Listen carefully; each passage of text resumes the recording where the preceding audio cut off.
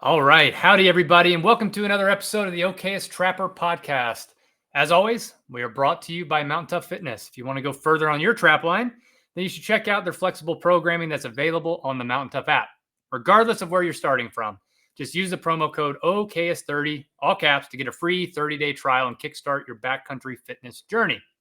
Now, today's guest has put me in a little bit of a fanboy tailspin. Prior to my turning feral to move out west and learn to hunt, trap, and gain more self reliant skills, I followed and read books from many experts in the field of survival. One of those men is sitting with me today, virtually. He is the director of survival at Fieldcraft Survival out in Utah, a lifelong outdoorsman with 2 decades of teaching in the great outdoors. He's the author of 101 Skills You Need to Survive in the Woods, one of those books I was mentioning earlier, and hundreds of other titles in magazine, articles, etc. He also helps coach and mentor people all over the nation in survival skills, which also includes building core competency and basic trapping. Kevin Estela, welcome to the show. Thank you so much for having me. I will correct you. I will say that I'm the okayest subject matter expert. I very, very rarely use that term expert. I just say I'm a lifelong student and I just happen to be pretty okayest at what I do. Hey, if you get enough things strung together, it kind of makes you an expert. If you're like, a mile wide, an inch deep, that's kind of how I am too. Yeah, Cool. well, thank you so much for having me. Yeah, I'm pretty, like I said, a little bit of fanboying here. So apologize to all the listeners who hear me, ask too many goofy questions. But nonetheless, I want to ask to start out, can you kind of just reach back in your memory and pull out the earliest time you can remember ever tinkering with a trap for an animal or being on some sort of a trap line? Absolutely. So the earliest thing that I can recall was with my father in the backyard. And Mm. I would love to tell you that like our backyard where I grew up had hundreds of acres and we had, an abundance of animals, but quite honestly, we were sitting in the living room looking out into the backyard and he had run kite string to a simple stick that was on the edge of a box and we were catching possums and I believe it was with like old bread. And if you grew up like I did, even though we had the ways and the means, I grew up with, two parents that were very frugal. We used sliced bread for hot dog buns many times. So if you roll like that, then you probably caught possums and raccoons and whatnot. And I just remember doing that with my dad.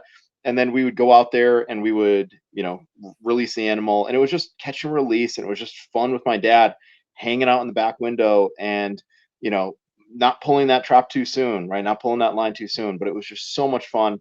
And those are memories that I'll always have.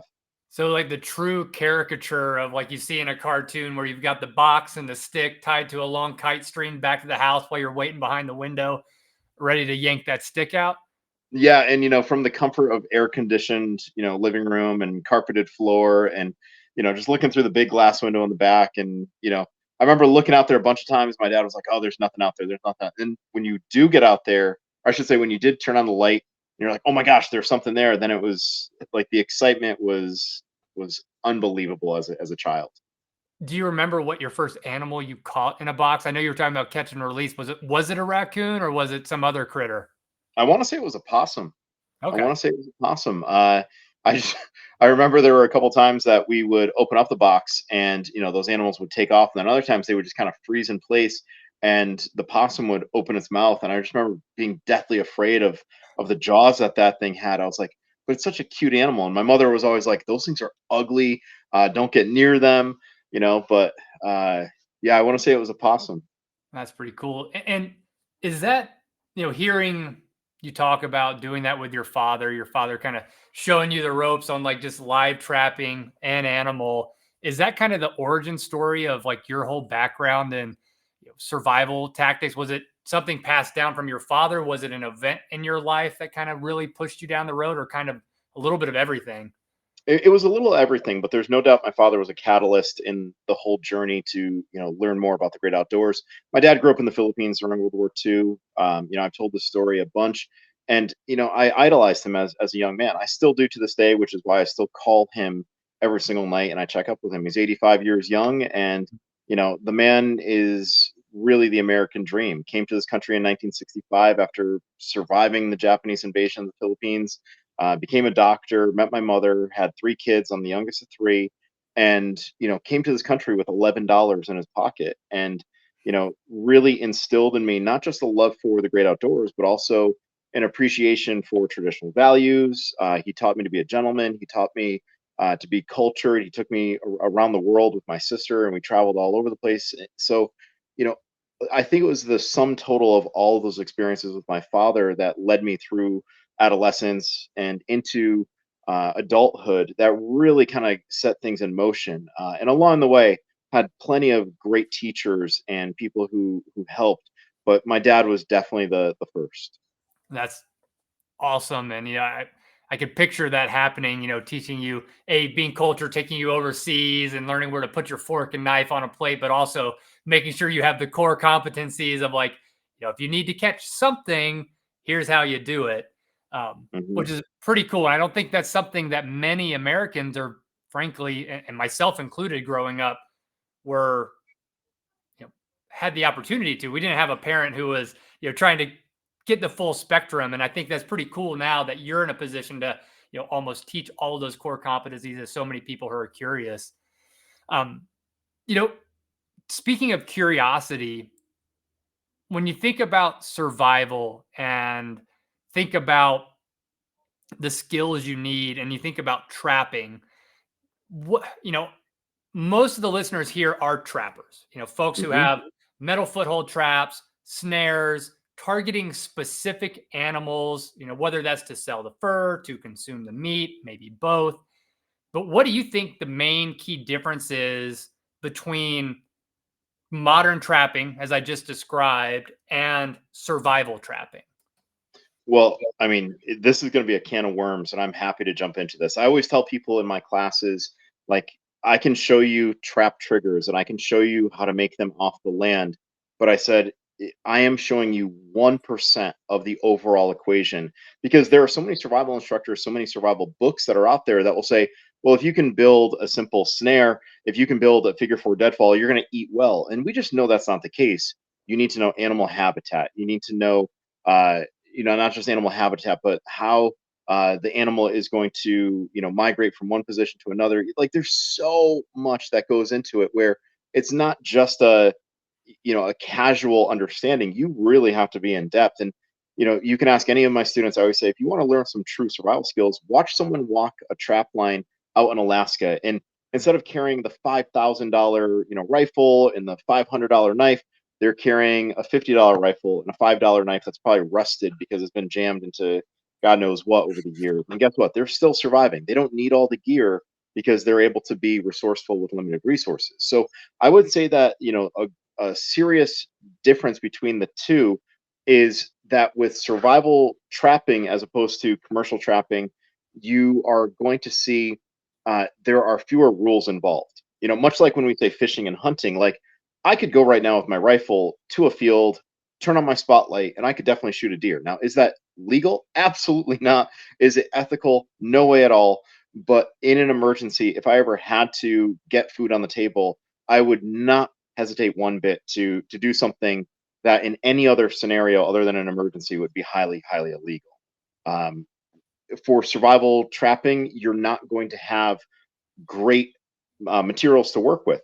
Mhm. Metal foothold traps, metal snares, commercial snares with like dedicated, locking cams on them. Like, there's nothing that you're going to make in the primitive world that works as good as something that is man-made from the best materials out there. I mean, you can make things that have lower profile because they are natural material, but they're not as durable, and Mhm. they're definitely not going to be they're not going to be as strong. So I would say that there, I mean, the differences are wide, um, and they're many. I'll also say that, like, you're going to see a lot of people think that, well, I've taken a survival class, I can do trapping. It's like, not really. Like, we dedicate 1 or 2 hours in a course, like a 2-day class, to the idea of trapping, Mhm. whereas trappers are dedicating their lives to it. So it's foolish for me to even kind of mention those two in the same sentence, like, oh, you can do this, and I never do, because I respect what modern commercial trappers do. Yeah, and it's interesting you say that because, as trappers, right, commercial trappers, myself, other people who are likely listening to this podcast, right, you're right. we know the animals very well, and that is, I don't want to say lifetime because it hasn't been a lifetime for me. It's been relatively new, several years, but you're investing so much time in understanding animals, where they're at, where you can place that commercial grade trap in a place where you're going to have the most success. The idea of set on sign, right? Trapping 101. But in that survival sense, then recognizing that somebody who's coming to a course might, you know, after 2 hours, might not be able to go out and have success right away, but at least they have the tools. What's kind of the go-to survival trap setup if you are talking to someone who's new, or even a trapper who, they might know the animal and have a higher percentage chance of getting it, but if they don't have their commercial traps, like, they're still going to have to learn how to do a primitive trap, which I don't know how to do. So I'm Yeah. curious how you do that coaching for somebody in such a short amount of time. Like, what are the key aspects from a survival post-apocalyptic world standpoint? Well, we can break it down into two different types of categories. One is primitive, where you walk in the woods with a knife, and if you're really primitive, you walk into the woods and you're making your knife out there. And I know very few guys that are capable of doing that. But the other approach is like a modern survival approach, where a lot of the survival traps that are out there, like Thompson survival snares, look very much like the snares that you're going to find, uh, at any commercial trapping store, commercial trapping section of any sporting goods store. So the survival snaring materials aren't very dissimilar to what you guys are already using. Now, you're not going to see many guys in survival kits carrying foothold traps, but they might carry 110 conibears. Mm-hmm. And the 110 conibear, I mean, I shy away from teaching those because I don't want students to have broken fingers. And there's too much of a margin of error with those in such a short amount of time, and I don't want to open myself up to that liability. So I don't teach conibears, Mm-hmm. but I show students. I'm like, look, these things work. So we can say that there's primitive, and then there are the modern survival. Primitive again is worst case scenario. You're stuck in the woods. You have your Swiss Army knife. Modern is you're planning for worst case scenario, and you have a few things in your kit. So years ago, I wrote an article for Recoil called the Predator Pack. And I say, well, if I only had a small backpack or a small like haversack of what I could throw in there to maximize the food I could take off the land, I included things like a gill net, right? And Mm-hmm. a gill net properly placed is going to work for you instead of you sitting there behind like a cane pole fishing. I included mechanical yo-yo fishermen, right, that have that spring tension that retrieve the line. I said those things you can set 5 or 6 of them, and now it's like having 6 different fishermen, and the yo-yo plays the fish. So by the time that you get to it, the fish is exhausted. Many times the head is just sticking out of the water. Um, Many times those things are illegal, by the way. So before you guys start like doing a whole bunch of eBay and Amazon shopping, make sure that if you want to play with those, you're doing so legally. But then I also said, like, if you have to trap, why not just use rat traps? Spray paint the rat trap OD green. Rub them in dirt. Get rid of the factory, like the brand we were using with Tomcat. So Yep. like, get rid of all the paint, strip all that paint down, make them earthy, and a rat trap will kill a rat size animal. It'll kill anything rat size in the wild. So chipmunks, squirrels, small varmint. So I would say that if I had to give someone advice, I'd say go and get the best means first, and then handicap yourself backwards. Mm-hmm. So the joke I always say in my survival classes is, guys, I'm going to show you how to make fire first, then I'm going to work you back until you hit a stick point where you're not successful.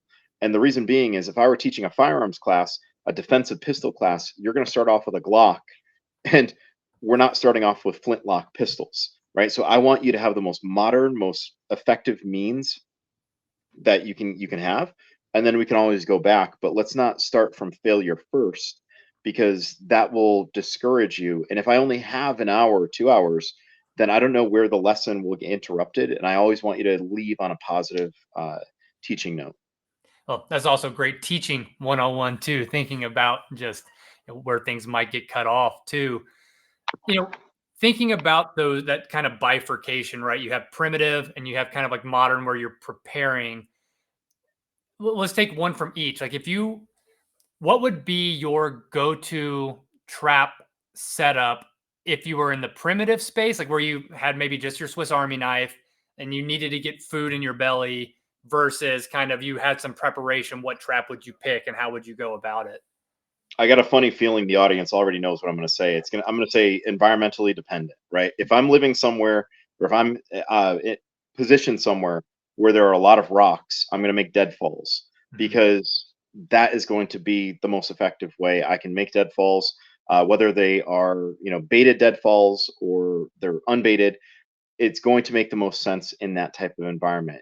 There's less funneling that I'm going to be doing, say, if I were in like a forested area, where I Mhm. would probably prefer snares. And I always tell the students, I'm like, guys, you're looking at anywhere from a 6-to-1 ratio, a 12-to-1 ratio, a 15-to-1 ratio. And even though, like, I usually will demonstrate in front of the students, I'm like, I'll carve a figure four right now in under.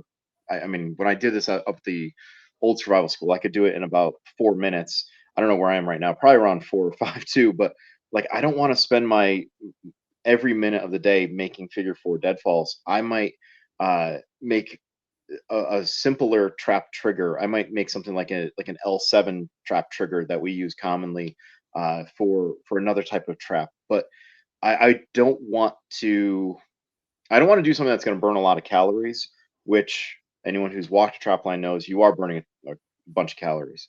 So personally, I would say if I was rocky environment, if I were desert, like somewhere like Utah, right? Like I spent many years, um, doing different things in different places. Utah, high desert, that location is prime Mhm. for deadfalls. Now, if I were snaring, I would love to be in the boreal forest. I'd love to be in the hardwoods, just because I know looking for like squirrel mitten. I know looking for runs over creeks where the optimal place would be to put cordage. But that being said, if I were in a primitive setting, I don't want to make a lot of cordage. You can make a lot quickly, but primitive cordage will not stand any comparison to natural. I'm sorry, to man-made cordage like 550 cord, or even, I mean, even spider wire is nasty. No one can see it. Nothing can really see it when it's placed on a trail, but that stuff holds 50 pounds, and it's like a micro saw. So I would say snares would be one choice if I had cordage and if I had the right environment. Deadfalls would be another choice if I had another environment. Um, but if I had nothing else, I would say I'd be very comfortable if you gave me a whole bunch of commercial snares that were squirrel sized. Mhm. I would I would be very comfortable with that. Say like where I am now here in North Carolina. And you actually kind of touched on the next question I had, which is that environment specificity, right? Like a lot of the listeners here, and I think naturally most of us trappers kind of tend to home in on animals, critters that are in our area that we like, whether that's coyote trapping, whether that's for me like beaver trapping and wolf trapping. But how do you coach somebody for the unknown in that survival land of like, you know, how do you build just the base skills? I mean, are the base skills the same kind of wherever you're at? And then you have to kind of pick from your, repertoire, if you will. Because yeah, you could find yourself in an environment you're not used to and still trying to do survival trapping. So I'm just curious what the coaching points are around, building a broad enough base, but still being able to be effective if you're dropped somewhere else. Oh, absolutely. So a great example of that is just thinking of concepts, right? Universal concepts. A good concept is universal. A good concept is scalable. So if Mhm. you think about it, if you were to create one perfect trap that is set correctly, where you're going to catch one animal, you should be able to do that again and again and again. It should be Mhm. transferable, it should be scalable, it should be universal. The way that we do that in the survival industry is we show those universal concepts, like how do you make a snare. Now, Mhm. back in the day, the late Ron Hood, Dr. Ron Hood, showed how to create a simple snare out of wire using a twig or a matchstick. I still use that because I think it's ingenious. I love the way that it creates a perfect loop that you can then pass the rest of the snare wire through. And if you know that, then you can apply that in the same way that Alaskans have applied it, where they put it on the end of a pole and they can snare ptarmigan, right? Mhm.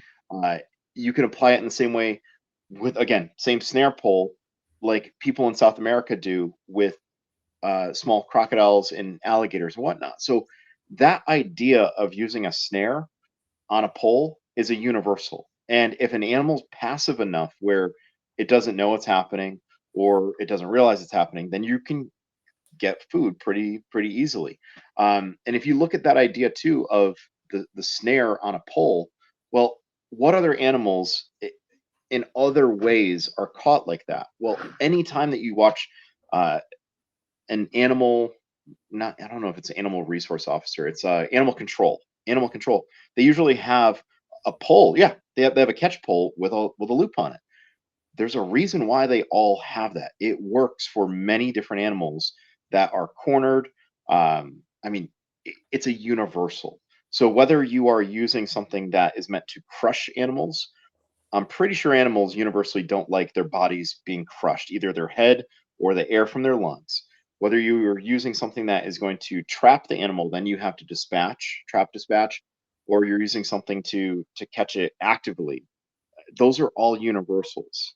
In the same way that I would tell someone, hey, there are only four types of shelters, right? You have a heated closed shelter, you have a heated open shelter, a heated unopened, and an unheated open.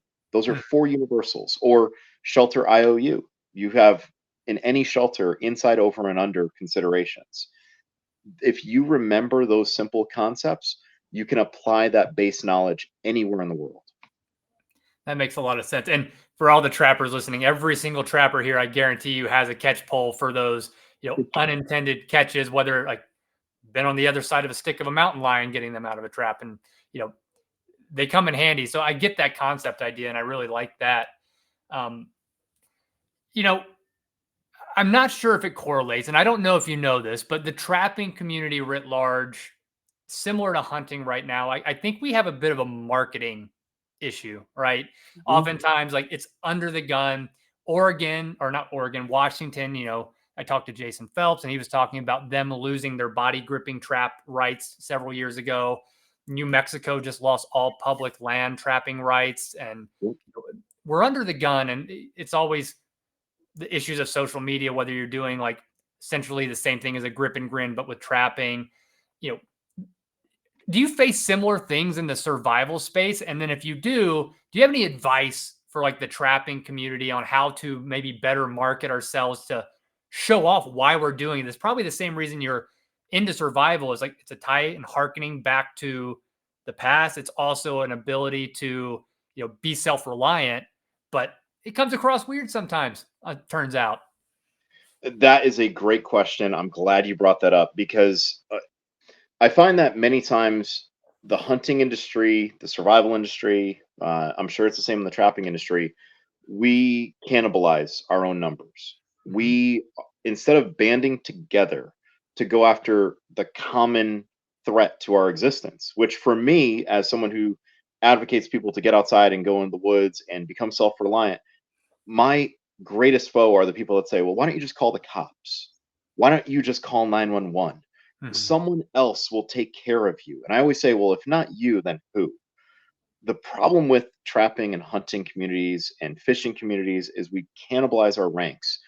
And unfortunately, what happens is people want to not only cannibalize, but they also want to say, well, I'm better than everyone else. And by doing that, they have to prove it in different ways, more outlandish ways and whatnot.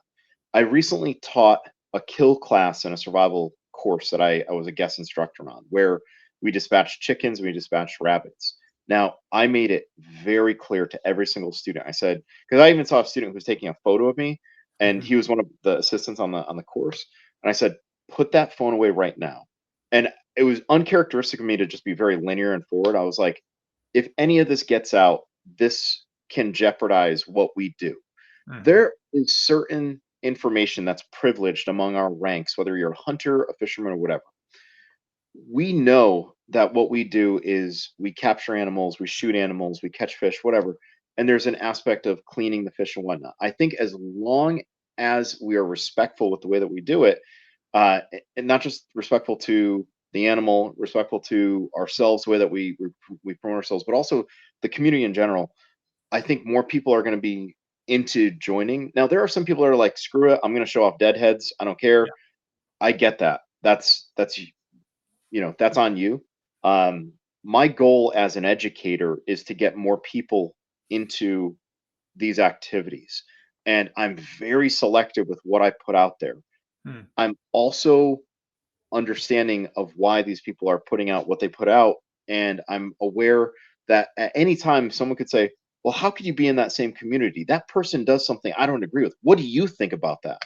And I'll say that person is one apple in a bunch, and we do not throw away the whole bunch just because there's one rotten apple. Hmm. Take a look at everything else, right? What is true of the part is not true of the whole, right? The fallacy of composition, if you guys really want to get scholarly on this one. Now, as far as the other issues that we have, it's not just what we put it out, it's how we put it out. It's the language that we tolerate. And I'm a believer that culture is what you tolerate.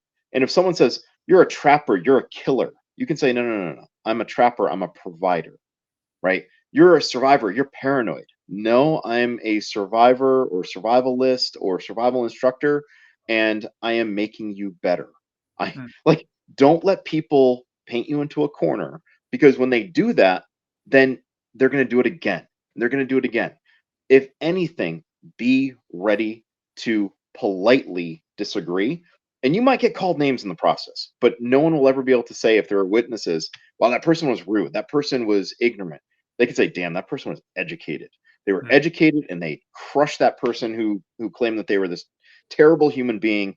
Meanwhile, all they were doing was something that has been traditional and has been part of our society for how many generations. Yeah. I empathize and feel you on the why don't you call the police? It's a similar trope in trapping where like we have synthetic fur. Why are you going and harming an animal because we have the ability to make it with chemicals to Oh yeah, basically totally um, natural, yeah, totally, harmless. No impact to the environment, none. not at all, not at all. But with that, do you have any? You mentioned how almost like the Dalton from Roadhouse approach of be nice, right? Be For nice, sure. be Yeah. educated until it's time to not be nice, right? But for trappers that are listening or hunters or people who are wanting to get into trapping, do you have like any breakdown advice on what you would do from like a social media presence? You said you're selective in what you show. Like it could be easy to say, yeah, no deadheads, no grip and grins, but do you have like a checklist you kind of mentally go through before you post something? I do, and keep in mind my background is as a former educator, right? Like I spent 14 years as a high school history teacher, and for those 14 years I had to be so careful with what I put out there, Hmm. to the point where like I could have lost my job at any time over those 14 years if any of my students or students' families were like, that guy offends us. I mean, I was persona non grata when it came to education. White, Hmm. straight, conservative male. You know what I mean? Like I basically had a giant bullseye on my back. So for anyone who's listening, anyone who needs advice on like, hey, what can I put up? What should I not put up? Always ask yourself, is what I'm putting up honorable? And that simple question, yes, no, is what am I putting up honorable? If you can say, well, no, it's not honorable, then don't post it. I almost feel like I'm talking to a bunch of little kids where I'm like, listen, what you put online stays online forever. It could get brought up at any time. And if you think about it, maybe you're not at the stage of your career or in your life where you're thinking this way, but someday you're going to look back and someday there will be a record, an electronic record of everything you've posted. And who knows if you're in the job that you're going to stay in for the rest of your life, or you're going to potentially take a job where someone's going to go through your social media and say, oh, look at what that person did. Right now, guys, I get it. Like I just watched a good buddy of mine uh, take his son out turkey hunting for the first time. Son got a turkey and he blooded his son on the forehead. Right. That was something that was so personal for him and his kid. And like, I felt privileged and honored to be a part of watching the dad take a little bit of turkey blood and put it on his forehead. It was so cool. Hmm. Now, I don't believe he posted that online. And guess what? Not everyone is worthy of what you post online. Some people have to earn that. So be very selective of what you put out there. I put out a lot of content for Fieldcraft. I put a lot of content out for my own stuff. But there's still stuff that you only get if you're sitting across the fire from me. Hmm. So I always say, are you posting something honorable? Because if you're not posting something if you're not posting something honorable, then you're dishonorable. And someone could say, well, that's a dishonorable person. Hmm. Always post in a way where people are going to say, wow, that person is bringing, drawing attention to something that needs attention. There is what you're posting. Is it is it something that brings strength to your cause, or does it invite weakness? And that's another thing. Like I always say, encourage strength, choose strength, never adopt weakness. Like, we've all heard Jocko talk about, like, he gets up at 4 a.m. or whatever, and if you hit your snooze button, you're a failure. And I've adopted that one. Like, I hate hitting snooze. In Hmm. fact, I love beating my alarm clock. Well, think of it this way: uh, when you're posting, are you bringing strength to your cause, or are you doing something that could give your enemy or your opponent something that they could say that's a weakness of that activity? Yeah, no, I think that's great advice. One that's simple, right? It's easy to remember. You can obviously there's shades of gray and what people's consideration of honorable is, but I think writ large, if you looked over the aggregate of an entire community, it's probably a pretty good guidepost for people to stick to. And I like that. Um, Going a little bit back to trapping and the kill classes that you have conducted, you know, again, trappers who are running commercial trap lines or dedicated trap lines, a lot of times you're going after predators or potentially less desirable meats, right? Like also eat bobcat backstraps, but not everybody will. But how do you, again, I know it's environment dependent, but are you focusing people to focus on small game, squirrels, rabbits, mice, whatever carries a little bit of protein in it, or like how do you start that selectivity when you're in a whether it's primitive or kind of you have a little bit of forethought into a survival trapping situation just from the game you target? One of the greatest books that anyone is ever going to read about survival trapping is The Modern Hunter Gatherer by Tony Nestor. Hmm. In that book, Tony Nestor, who's a desert survival instructor, talks about how there are way more animals that are running around that are on the lower level of the food chain. We're talking vermin, we're talking smaller mammals than there are big game. Right? Everyone has this idea that they're going to go out in a survival scenario, they're going to shoot Bambi, they're gonna get that giant buck, whatever it may be. And they're going to have food for days. And that's just not the case, right? Tony Nestor really breaks it down, and he says that, the modern hunter gatherer can still adopt the idea of like constantly grazing. Hmm. If you are eating a rabbit or a squirrel in your stew pot at night versus eating the backstrap from a deer, and now you have to preserve the rest of that meat, then you're probably going to do better off because you're going to see more rabbits than you are going to see that animal, right? Like, uh, I think it's important for people when they get into this is that they have to set aside their food aversion. And what I Hmm. mean by that is like, what do you consider protein? Now, people will say, well, if I'm, watching my gains and I'm lifting and whatnot, like, the fewer legs, the better is what I've heard people say with protein, right? Like fish, chicken, then four-legged critters. Oh, that's the best for gains, right? Like get your salmon and all that. But you might not be eating salmon. You might be eating something less desirable, like bait fish. Like I can catch a whole bunch of bait fish with a Coke bottle, right? I can Hmm. catch a whole bunch of bait fish with a drag net than I can salmon, because salmon aren't as easy to catch as everyone thinks, unless you're up in Alaska, where I mean, they're you can step on them, right? Yep. And I got proof. Nick from the Silver Tip Lodge watched me catch a fish with my bare hands, and he's like, "I wasn't gonna believe it unless I saw it, and you did it." But I'll And then tell you have you, to like, wrestle a grizzly bear too. So well, yeah, that's right. You gotta show dominance. You gotta bite its ear like Mike Tyson does. oh yeah. So I'll say that, like, when it comes to teaching the classes, it's comical because we show them chicken, we show them rabbits, and usually people have no problem with the chicken. It's like, oh, it's just a chicken. But Mhm. that rabbit tends to feel like the household cat or the household dog, or it's something that is a little too close for comfort.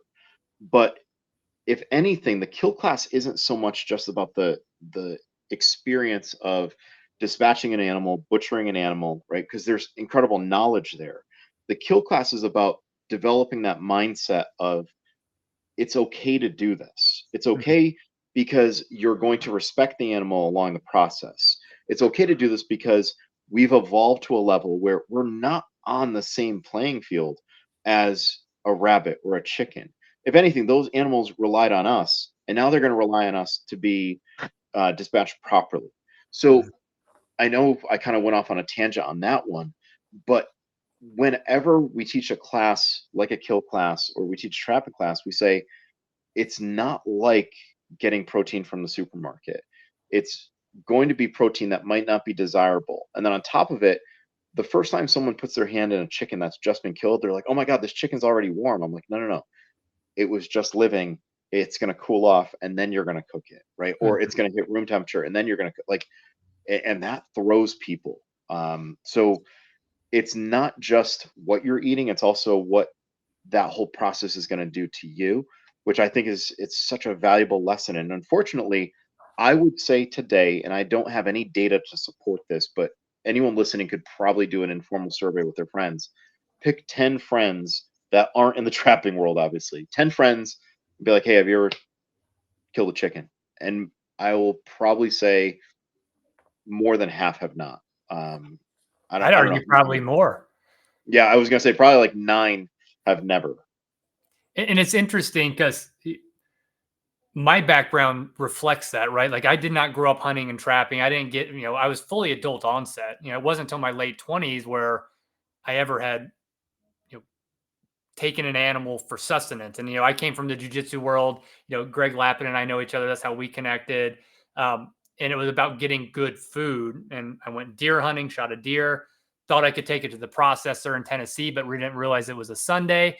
And then I was stuck in this existential crisis of a deer getting rigor mortis and bloating on me and having to put my phone between its stiff here, like hind legs, and probably watch a video with you or somebody telling me how to gut an animal, right? And same thing, like I'm elbow deep, feeling like the warm tomato soup for the first time, and it throws you. So I do love the fact that if you look at the broad population, nobody, majority of people haven't had to do that, and people need to be exposed to it. It's a very big learning experience. It's one that, for me, living in suburbia before, doing the corporate jockeying that I did before, it's like I knew that if something actually did happen, if I was honest with myself, stripped away all the ego, I wouldn't survive because I had no idea how to do that. So being able to teach people and have them have that experience, I bet it's amazing as a teacher to watch that like mind blown feeling of somebody who is touching meat for the first time that's not coming out of a cold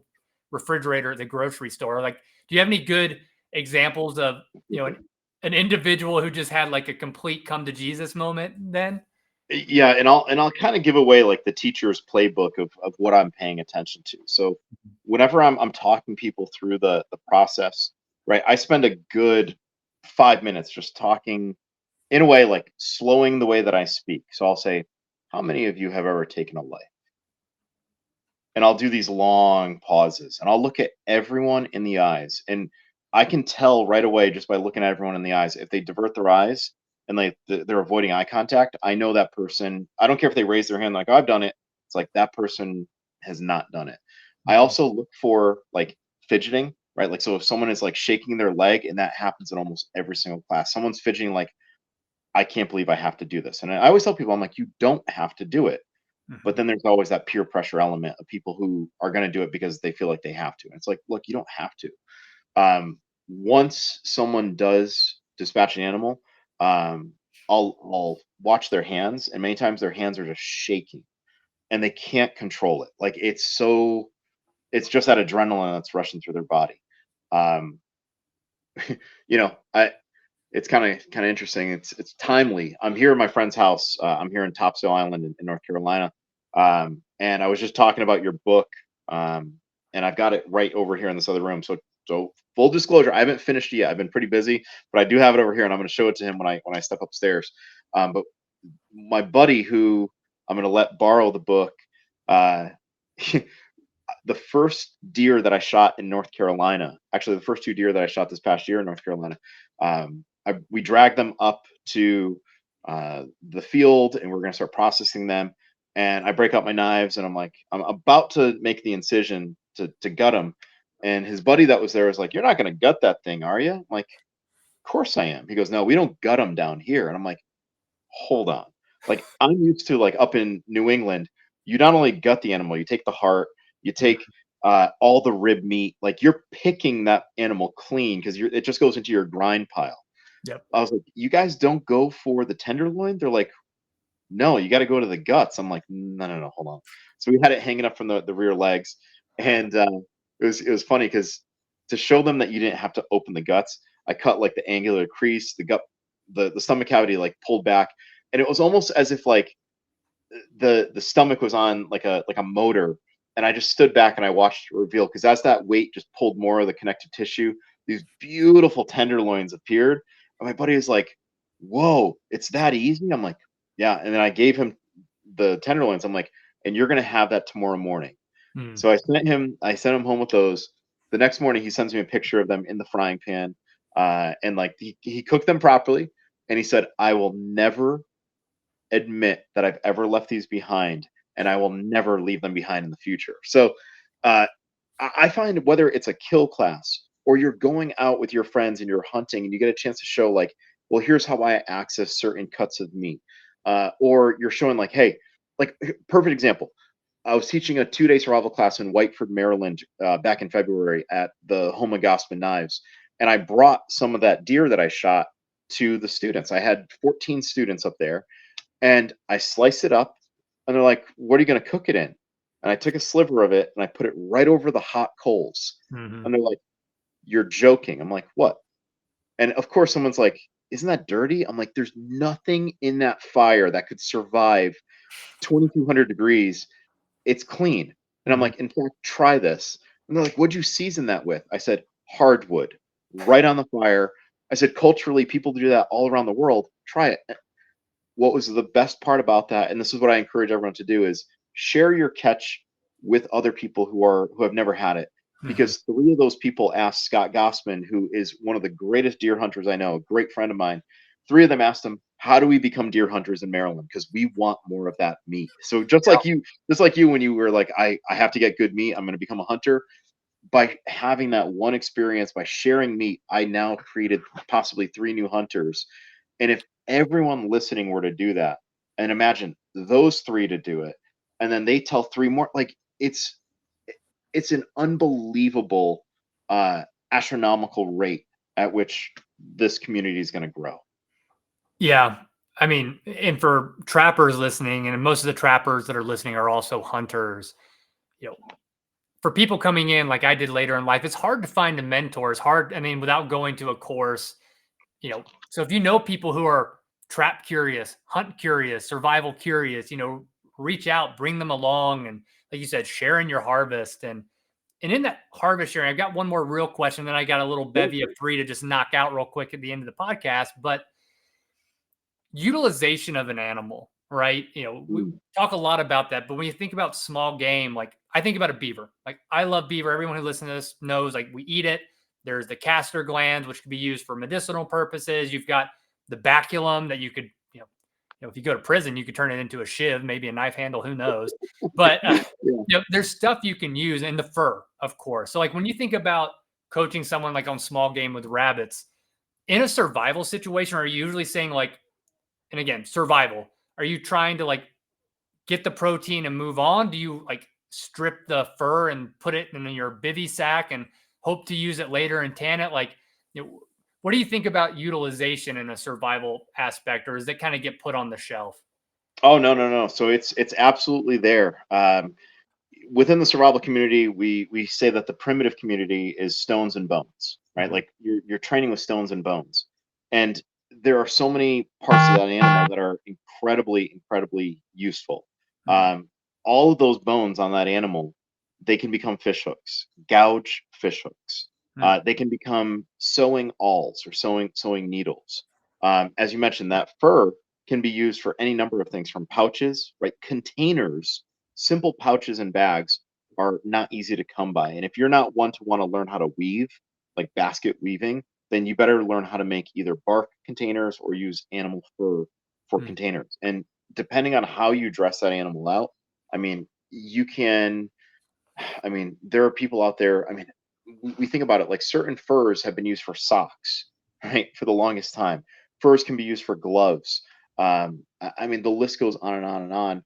Um, we always say like when you are processing that animal, instead of just getting like the prime cuts of meat from the animal, always boil it, right? Drink the broth, boil it. Don't lose any of those drippings. You mentioned you're from the South, so you know all about drippings, right? You Mhm. don't throw away them good drippings. Um, Grandma will beat you with a spatula. oh my God, right? And not just like the lightweight plastic spatulas today, like the hard wooden ones that have that With, good seasoning on like them. with holes in it too. Yeah, exactly, right? Like, yeah. So yeah, you don't ever throw away the animal. Like, and one animal helps catch the next animal. So maybe you're able to catch your uh maybe you're able to catch a fish. Well, you're going to use the guts from that fish to maybe catch something like a raccoon or a possum.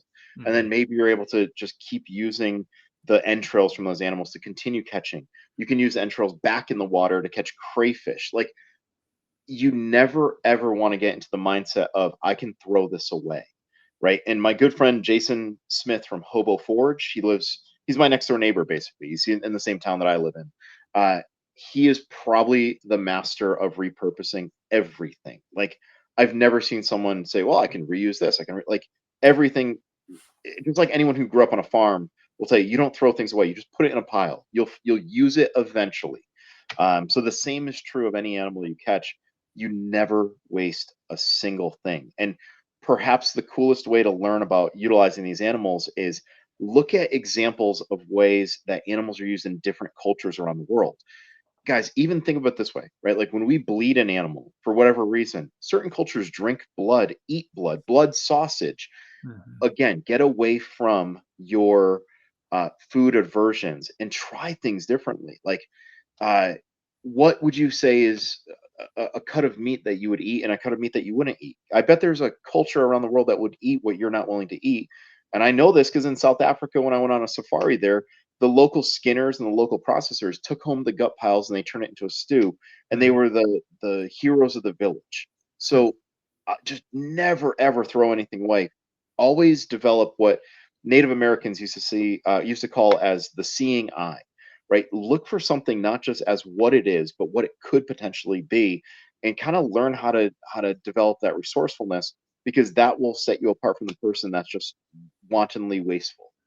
I'm going to ask this question and we're not going to answer it because it would take us 3 hours, but I am curious how you start to cultivate a culture in the country to start thinking like that. And I'm thinking of the USA, right? Where, I never tried an avocado till I was 20 because my mom had food aversion. And then like after that, right? Like I'm down this, I eat everything. I try it all, but I have no food aversion. But I had it for the longest time. It's how I was brought up. And a lot of people I know were brought up. If it wasn't fried in something or buttered, we didn't eat it. And, how you do that writ large across the country. I know we're not going to answer that one, but, you know, folks can write in or noodle on it. But lightning round questions. What's the craziest thing you've ever experienced in the woods? Oh gosh, outside of Jokkmokk, Sweden. Okay, Jokkmokk, Sweden, with one of my best friends, 2013.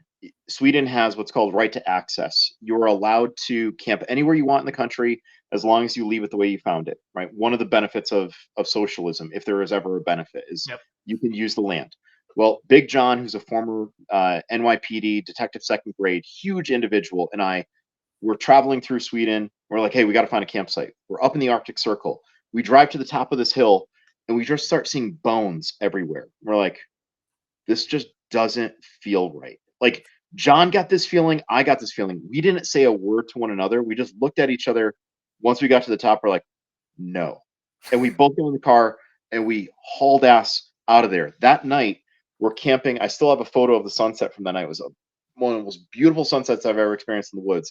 We heard wolves that were howling from that direction. And we're like, what was that told us no? Right? And John and I, we both joke around. We say we don't like anything we can't punch, stab, shoot, or choke. And up Mhm. there, if there was some weird spirit or something like that, like it had bad juju written all over it. And I was like, no. Now there are other experiences like with animals, but like that was something that we both feel was like a little bit more something we don't want to talk about, maybe supernatural, paranormal. But yeah, that was strange. That was the first thing that came to mind. That's all. Well, awesome that you left. Also awesome you heard wolves up there. I mean, I'm a big, everybody who listens, wolf trapping and wolves are a big part of my life and love hearing them. But I don't want to be where they're eating their food. That's for sure. Or camping there. Exactly. Yeah. All right. Second to last question. What's the biggest mistake you've ever made in a trapping survival situation, even if that was just like in a demo? Eye injuries. Eye Mm. injury, eye injury, eye injury. My friends who know me know that this right eye, one, because I do Filipino martial arts and I take more of a southpaw stance, so right lead forward. I've been hit in this eye. I don't know how many times. I can't even tell you how many times. I've taken a trainer karambit into the corner of the eye, and like I felt the side of the karambit here. Luckily, I didn't lose my vision. But in 2009, I was hired by the History Channel to do some short videos for Expedition Africa. You can still find it online. Phil Alaka was the director. It was his website. It was like make things work or make things happen. But I was doing a trapping set for this show, Expedition Africa. I was doing like the promo, and I asked the director, or I asked the owner of the property. I'm like, hey, where do you have wood that I could use to build these traps? He goes, hey, you can use that wood over there. So I'm thinking like, okay, no problem. It's late at night. I've got my machete, and I go to cut this branch in this big pile of debris. First swing with the machete, it comes back and it whacks me right in the eye, and I fall to the ground and I feel like my eye is on fire. I take the flat of the machete, I put the machete up against my eye, and I'm like, I'm blind. I'm blind. Like I'm panicking. I'm like, this is bad. I slowly remove the machete and I'm like opening my eye kind of, and I'm like, it hurts to holy hell, but it's blurry. I'm not blind, but it's blurry. So I go up and I see the doctor. The doctor's name is Jay Lemery. And Jay looks at it. He pokes a hole in the top of the water bottle. He sprays my eye. He goes, there's nothing in your eye right now, but you might want to follow up with an optometrist. Well, that night I go home. I'm in bed. And at like 2:33 in the morning, I wake up. My eye it feels like someone has a lighter to my eye. I've never felt pain like this in my entire life. Every time I open an eye, I close my eye, it gets worse and worse. So I call my friend Nicole's father, Dr. Roulette. And Dr. Roulette, I was like, hey, I need your help. I need to come down. You got to check out my eye. I get down there. He says, you just cut your cornea. He goes, there's 5 layers of the cornea. You went through 3. He goes, one, you would have definitely had, you would have had blindness. He goes, you need to protect this eye. I'm like, doc, I still have another day of shooting. So he is like, all right, here's what you're going to do. You're going to go do the shooting, but when you come back and see me. So I do the whole day. I'm wearing sunglasses. Luckily, I'm not on camera that day. I'm just doing the B-roll stuff. Mm-hmm. Well, I get back to him. He goes, I need to put an eye patch on you. I'm like, oh my God. He goes, and when we take it off, we'll know if you did any permanent damage. So eye patch goes on. 48 hours later, he takes it off. He goes, all right, you now have a scar on your right eye that runs horizontal. He said, some mornings you're going to wake up and it's going to feel like that eye doesn't want to fully open. And if you guys look at photos of me sometimes, you'll see where my eye on my right side isn't as open as my eye on my left. It's from that injury. And there are some mornings where I do have to actually open my eye with my fingers. So it took 6 months of using antibiotic eye drops and then 6 months more of using standard eye drops for my eye to feel normal. But even today, if I'm dehydrated, my eye will still remind me that I have a scar on it. So bottom line, guys, when you're setting traps, anything could be under tension at any time.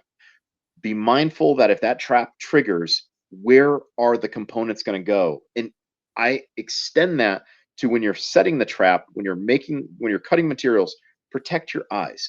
I don't care if people call you a dork, a nerd, a loser because you want to wear safety glasses, but it dropped me. And I've been using machetes my whole life.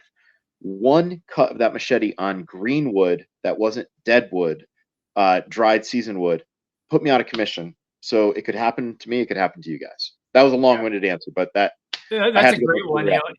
I'm thinking about times I've been setting traps and I haven't, just out of nature, but I'll wear them when I cut wood on my chop saw.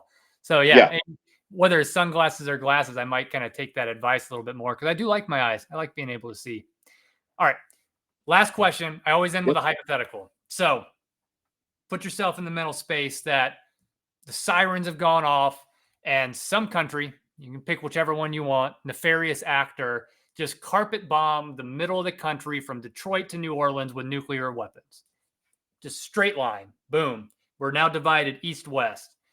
Would you rather ride out that apocalypse on the east side of the explosions with only 10 foothold traps to get started? Or would you rather live on the west side of that explosion but only have 10 snares?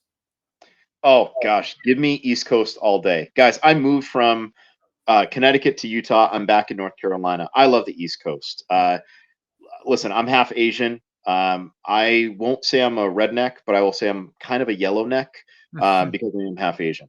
And I always have made good friends with rednecks, and I will say that rednecks will survive the apocalypse.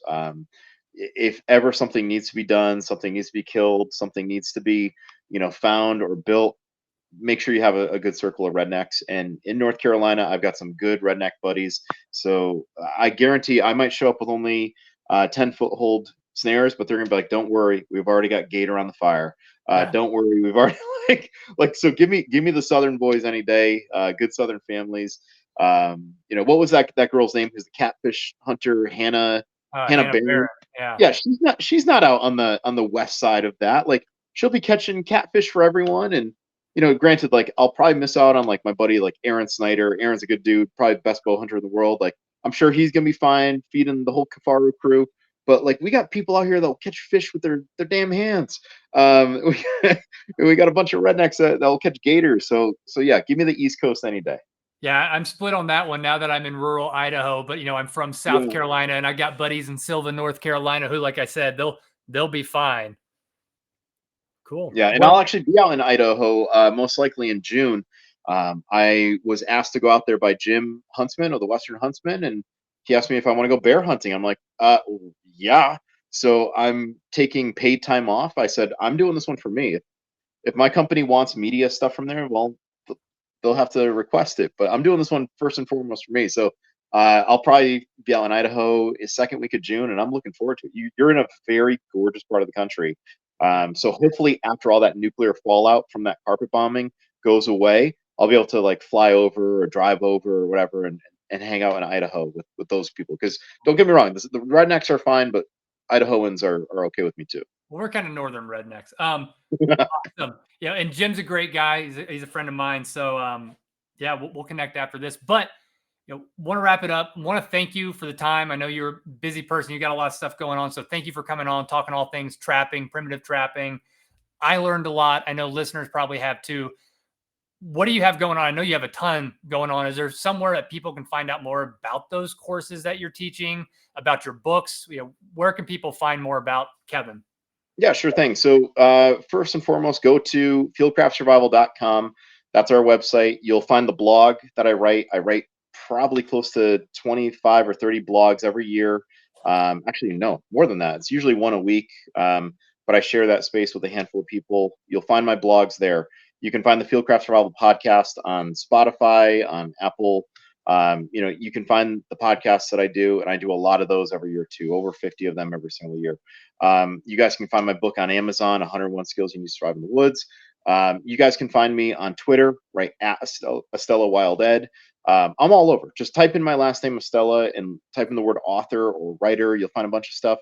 And I'm always encouraging you guys to find me around the fire because that's where the best learning takes place, around the campfire.